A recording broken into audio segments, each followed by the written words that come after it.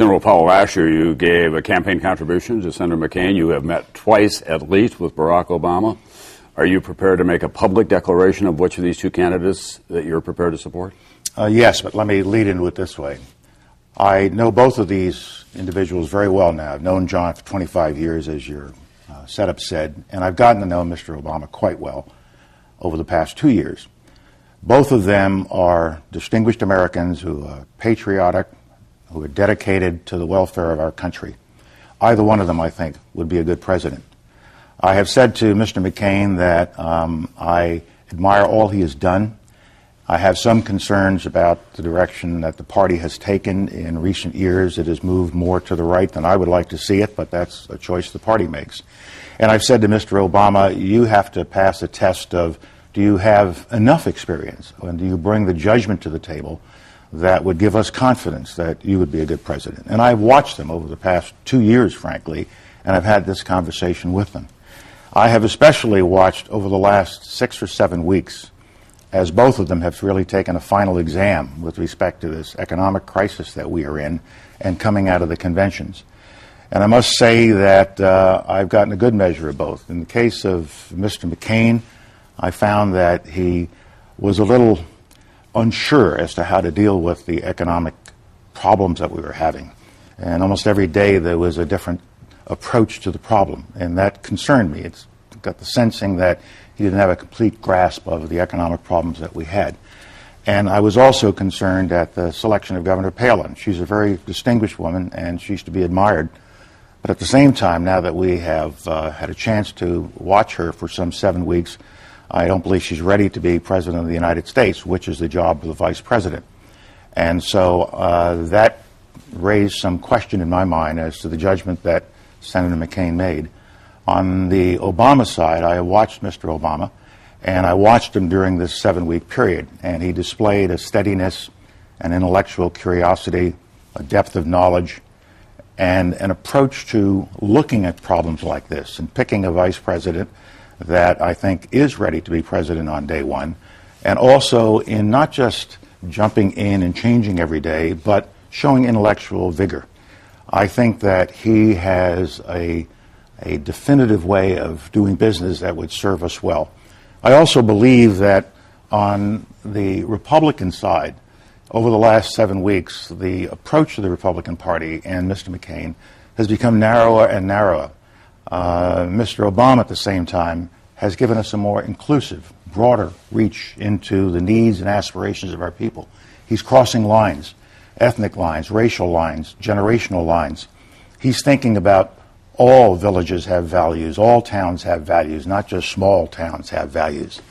And I've also been disappointed, frankly, by some of the approaches that Senator McCain has taken recently, or his campaign has, on issues that are not really central to the problems that the American people are worried about. This Bill Ayers situation that's been going on for weeks became something of a central point of the campaign. But Mr. McCain says that he's a washed-out terrorist, but then why do we keep talking about him? And why do we have these robocalls going on around the country trying to suggest that because of this very, very limited relationship that Senator Obama has had with Mr. Ayers, somehow Mr. Obama is tainted? What they're trying to connect him to is some kind of terrorist feelings. And I think that's inappropriate. Now, I understand what politics is all about. I know how you can go after one another, and that's good. But I think this goes too far. And I think it has made the McCain campaign look a little narrow. It's not what the American people are looking for. And I look at these kinds of approaches to the campaign, and they trouble me. And the party has moved even further to the right, and Governor Palin has indicated a further rightward shift. I would have difficulty with 2 more conservative appointments to the Supreme Court, but that's what we'd be looking at in a McCain administration. I'm also troubled by not what Senator McCain says, but what members of the party say. And it is permitted to be said such things as, well, you know that Mr. Obama is a Muslim. Well, the correct answer is he is not a Muslim. He's a Christian. He's always been a Christian. But the really right answer is, what if he is? Is there something wrong with being a Muslim in this country? The answer is no, that's not America. Is there something wrong with some 7-year-old Muslim American kid believing that he or she could be president? Yet I have heard senior members of my own party drop this suggestion. He's a Muslim and he might be associated with terrorists. This is not the way we should be doing it in America. I feel strongly about this particular point because of a picture I saw in a magazine. It was a photo essay about troops who were serving in Iraq and Afghanistan. And one picture at the tail end of this photo essay was of a mother in Arlington Cemetery. And she had her head on the headstone of her son's grave. And as the picture focused in, you could see the writing on the headstone.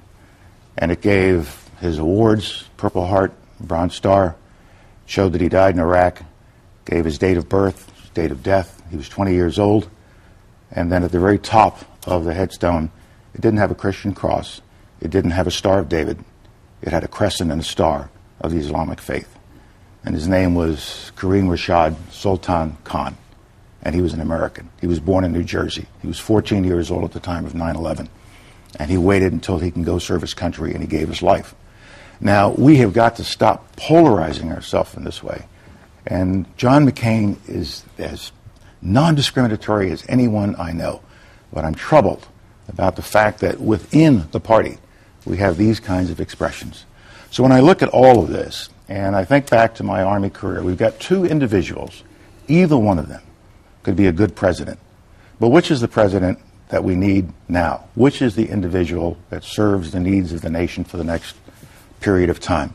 And I come to the conclusion that because of his ability to inspire, because of the inclusive nature of his campaign, because he is reaching out all across America, because of who he is and his rhetorical abilities, and we have to take that into account, as well as his substance. He has both style and substance. He has met the standard of being a successful president, being an exceptional president. I think he is a transformational figure. He is a new generation coming into the world, onto the world stage, onto the American stage, and for that reason, I'll be voting for Senator Barack Obama.